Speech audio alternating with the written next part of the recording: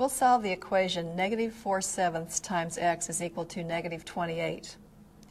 Now, when we have an equation where there's a fraction multiplied times the variable, the best procedure is to multiply by the reciprocal of that fraction to get the variable alone.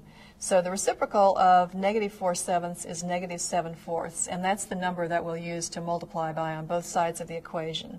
So I'll have -7/4, the reciprocal of -4/7, times -4/7 x equals -7/4 times -28, multiplying by the reciprocal of -4/7 on both sides of the equation.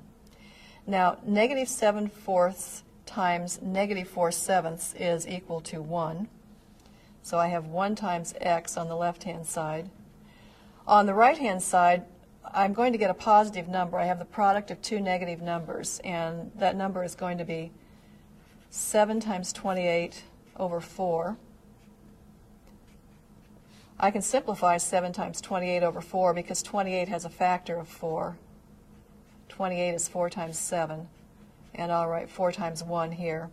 And I see that I have a factor of 4 in both the numerator and the denominator on the right-hand side, and I can cancel the 4's. Now what I have on the left-hand side is x, and on the right-hand side I have 7 times 7 over 1, 49 over 1, which is 49. And if we would substitute 49 for x in the original equation, we would see that it is the number that checks. So we say the solution